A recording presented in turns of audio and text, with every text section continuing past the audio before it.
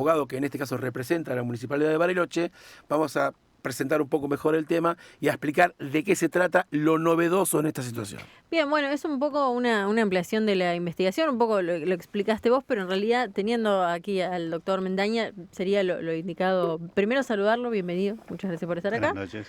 Y bueno, consultarle en primer lugar qué es lo que se está investigando en esta causa y qué fue lo que motivó en primer lugar la denuncia, ¿no? Bien, eh, yo creo que la comunidad, la ciudad de Bariloche ha tenido mucha información sobre una contratación que tenía algunos ribetes irregulares y que involucraba a una gestión del gobierno municipal y por otro lado a la empresa OPS. ¿En qué consistía la maniobra? Porque por ahí uno habla de contrataciones y, bueno, ¿dónde están las irregularidades? Estas contrataciones comenzaron en el año 2019 y se extendieron casi hasta el 2023.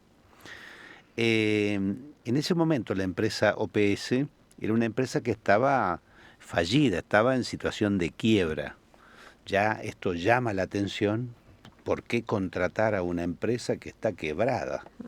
Mucho más cuando la normativa que regula las contrataciones de la administración municipal prohíben que uno contrate a una empresa fallida. ¿En qué consistían las operaciones? 18 máquinas viales en distinto estado. Cuando digo máquinas viales, también hay algunos camiones, no necesariamente son motoniveladoras, pero era un paquete de maquinaria que comenzó siendo con un contrato chiquito, contrato directo que hizo el ex intendente y que después se sucedió con un conjunto de contrataciones ni siquiera instrumentadas en contratos escritos. Era como que la empresa mandaba maquinaria y la municipalidad la recibía y asumía un costo que nadie sabía. Entonces, las irregularidades son contrataciones directas no autorizadas, con precios que no se sabían, a una empresa que estaba fallida. ¿Y cómo termina esto? Termina, la empresa durante algún tiempo cobró, no es que haya cobrado una enormidad, pero cobró más o menos 140 millones de pesos. No se sabe muy bien por qué. Pero el problema se genera porque cuando la empresa se rehabilita, reclama una suma mucho más importante. La municipalidad reconoce los errores y está dispuesta a reconocerle una deuda de una creencia a la empresa de, ya no estamos hablando de poca plata, sino de más de 7 millones de dólares. Eso no fue aprobado por los órganos que tenían que aprobar este reconocimiento de deuda y así termina la gestión del anterior intendente. Doctor Sí. Mendaña, para los que somos legos en Sí. derecho, ¿en qué consiste la ampliación de hoy que decide la investigación, que decide el fiscal Inti Isla? Digo, técnicamente, ¿qué es lo que amplía? ¿O hacia dónde va esa mirada? Sí, no amplía los hechos. Los hechos son los que están contenidos en ese escrito inicial que fue acompañado con un sinnúmero de documentación. La Fiscalía durante este tiempo tomó conocimiento de documentación y de testimonios de funcionarios del órgano de Contralor que habían reclamado sumarios administrativos porque veían que había muchas irregularidades. Tomó algunas otras declaraciones en el ámbito municipal también. Entonces, con ese material, en el mes de diciembre, creo que fue el 27 de diciembre, un auxiliar de la Fiscalía dictó una medida parecida a esta. ¿En qué consistía? Usted está hablando de diciembre del 25. 25, exactamente. Ya nos estamos acercando en el tiempo. En esa oportunidad, la Fiscalía dijo, vamos a abrir una investigación preparatoria, conforme lo autoriza el Código, pero no estableció cuáles eran los imputados, ni les dijo que designen abogados. Y para que pueda formular cargos es necesario que cualquier imputado tenga conocimiento de lo que se está investigando, de lo que se le reprocha y además que pueda tener un abogado. Entonces, lo que hizo la Fiscalía hoy es eso. Avanzó un paso más en el sentido de decir, miren, tenemos estos hechos constituyen este delito, los imputados en primer orden son estas personas y a partir de acá designen un abogado.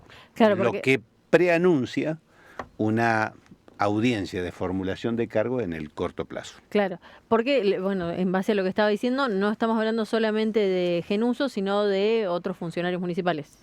Claro, ustedes piensen que para que esa maquinaria vial llegara, no solo fue necesario el contrato que firmó Genuso, sino que el secretario y subsecretario de Obras Públicas, Carlos Cairo y Eduardo Garza, recibieran por ahí estas maquinarias, conocieran el funcionamiento y de alguna forma validaran esa operación irregular. Y por otro lado, alguien pagó lo que se pagó, y ese fue el secretario de Hacienda, es decir, el señor Diego Quintana. Y también hay alguna intervención de Lilian Baroni, que en ese momento se desempeñaba como directora de políticas tributarias de la Secretaría de Hacienda.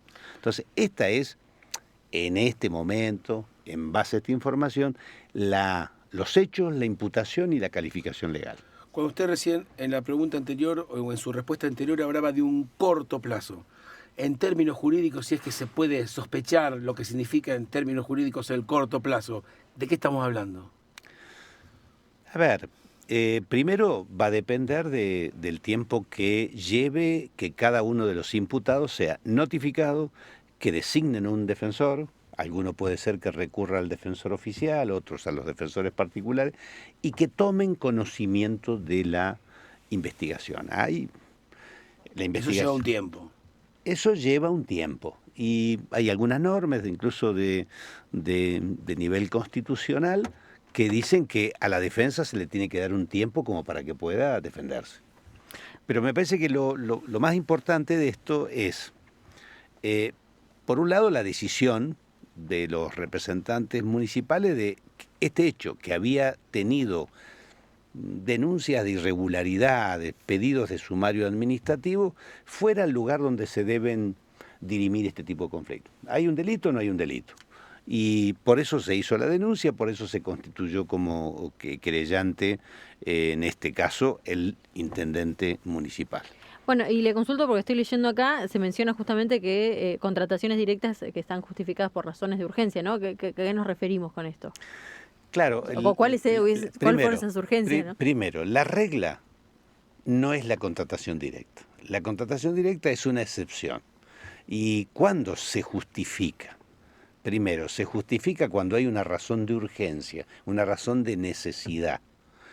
¿Se imaginan que una relación comercial de 4 años, donde no hay dictámenes que digan de la necesidad, no aparece nada que valide que había una necesidad de urgencia de toda esa maquinaria, más maquinaria que estaba alguna casi en condiciones de no uso, porque la empresa propietaria lo que trató de hacer es sacarse esa maquinaria del lugar donde estaba, que era, creo que todas venían de Chipoleti, porque también era el lugar donde los acreedores iban a embargarlas, a secuestrarlas. O sea, hay algo también de eso que por lo menos se percibe ahí.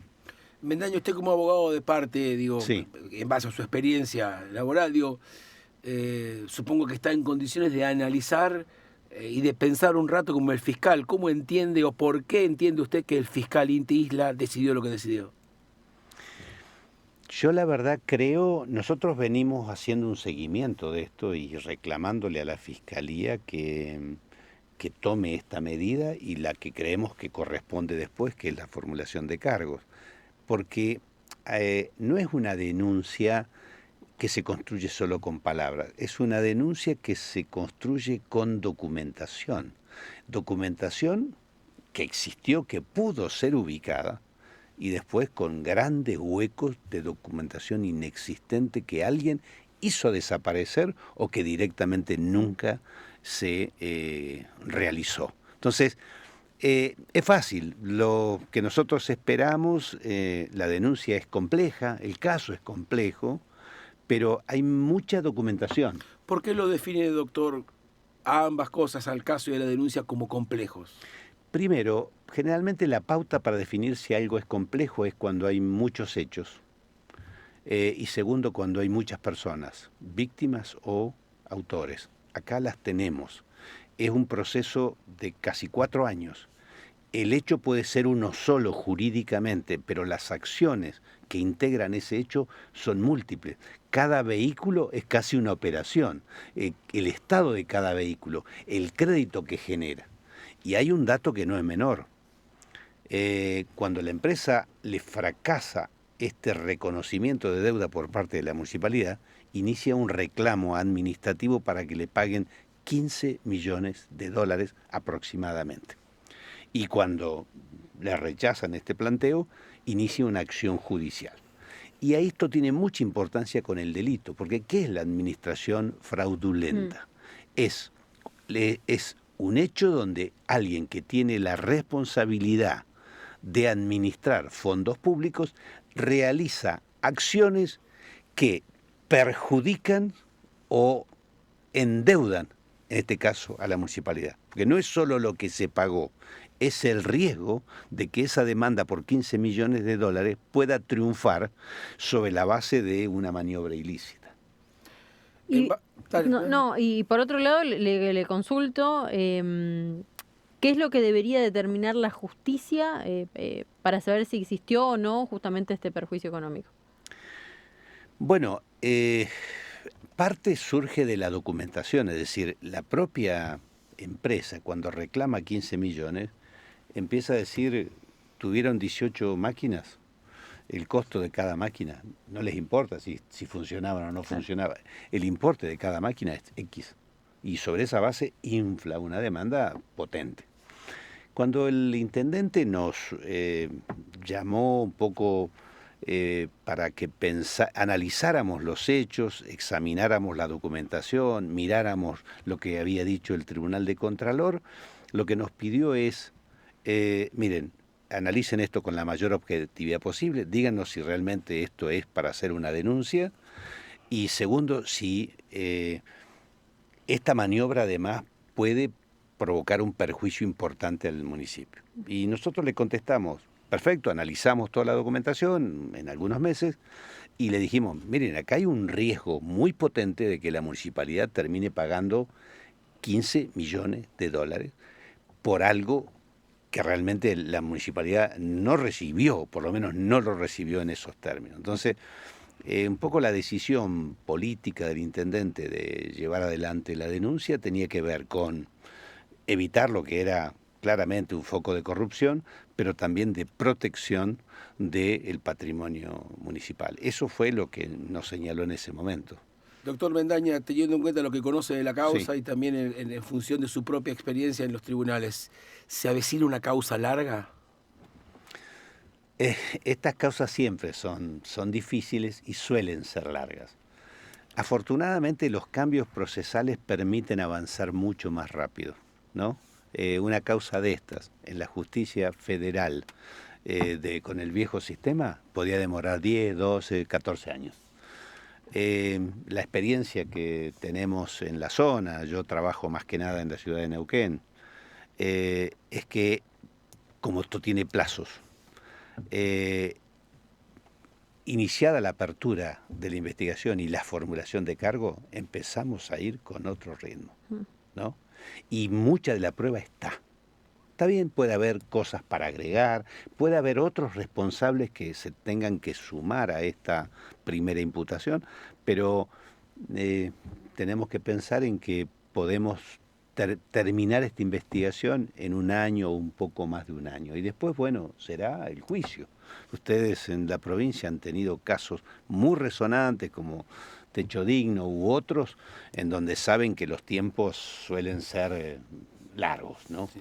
Pero más que importante, más que la demora, es el tema de que esto no termine dando vueltas, que tenga una línea de trabajo, que avance, puede avanzar más lento o menos lento. Bueno, y particularmente en este caso, ¿cuál sería o qué diferencia existe justamente, estoy leyendo acá, entre lo que sería una irregularidad administrativa y una conducta que menciona acá penalmente reprochable? Claro, responsabilidades administrativas puede haber varias y tienen una gravedad generalmente distinta, ¿no?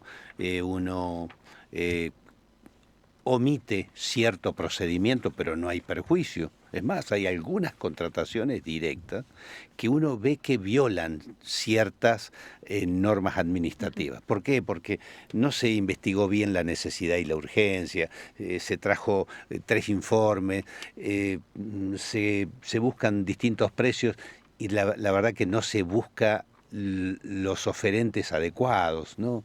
En este caso, solo como anécdota, querían comprar maquinaria o querían contratar maquinaria vial y le pidieron a 2 comercios de acá que no tienen ese tipo de maquinaria. O sea, hacer una compulsa con 2 que no se dedican a esto y solo uno, que era la empresa que iban a elegir, es una irregularidad. Si no hubiera perjuicio, no hay delito.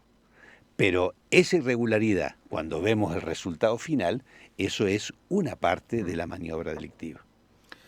Bien, como usted dice, es complejo porque también el lenguaje jurídico tiene estas cuestiones. ¿Cuándo una irregularidad es solo una irregularidad y cuándo, en qué momento deja de serlo para transformarse en algo más grave? Y ese es el trabajo de la justicia. Bueno, yo le digo acá hay una sumatoria. Si yo violo las reglas de la contratación porque hago una contratación directa por un monto que no tiene nada que ver con lo que autoriza la ley, si no tengo justificada la razón de urgencia, si no tengo firmado los contratos, si además de eso contrato con una empresa quebrada y estoy manejando no plata de mi bolsillo, estoy manejando plata del Estado, en este caso del Estado municipal, uno tiene que ser más cuidadoso con la plata ajena que con la plata propia. Doctor Ricardo Mendaña, ha sido usted muy gentil en este ratito aquí con Bitácora en Radio 6. Solo nos queda esperar el tránsito jurídico, la cuestión jurídica para ver cómo esto avanza. Y le volvemos a agradecer este ratito aquí en la radio. En este caso usted está en representación de la Municipalidad de Bariloche en el caso como querellante, en el caso contra la cuestión OPS. Ha sido usted muy amable y le agradecemos su visita al piso. Les agradezco mucho a ustedes. Seguramente este tema va a dar mucha tela para cortar. Habrá que escuchar todas las campanas, pero creemos que es un tema de trascendencia pública de primera magnitud. Muchas gracias. Bien, muchas gracias. Nos vamos a la publicidad porque de eso se supone que vivimos. Así dice el libro. Y después de la publicidad, que está en manos de gente que sabe, hay un tema muy lindo que se llama Heaven Knows. Y los Pretty Reckless hacen las cosas lo suficientemente bien como para quedarse del otro lado. Radio